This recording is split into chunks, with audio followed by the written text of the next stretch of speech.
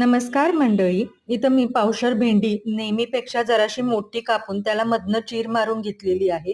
आता याच्यात आपल्याला कांदा, भाजलेलं बेसन, दाण्याचं कूट, हळद, लाल तिखट, धने जिरे पावडर, 1 चमचा कच्चं तेल वापरायचं आहे. चवीनुसार मीठ घालायचं आहे आणि भेंडी चिकट होऊ नये म्हणून यात अर्धा लिंबू आपल्याला पिळून हे सर्व जिन्नस आहेत ते एकत्र मिक्स करून घ्यायचे आहेत.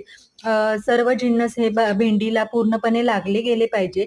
आता कढईमध्ये 2 चमचे तेल घालून त्यात जिरे मोहरीची खमंग फोडणी तयार करून घ्यायची आहे. आता हाय फ्लेमवर एक 2 ते 3 मिनिटं आपल्याला भेंडी छान परतून घ्यायची आहे, म्हणजे भेंडी चिकट होत नाही. अर्धवट झाकण लावून ह्याला एक 2 ते 3 मिनिटं वाफ आणून द्यायची आहे. परत भेंडी छान हलवून आपल्याला हे 2 वेळा वाफ आणून द्यायची आहे. मस्त इथं मसाला भेंडी पटकन तयार होते. तुम्ही सकाळी टिफिनसाठी नक्की बनवू शकता.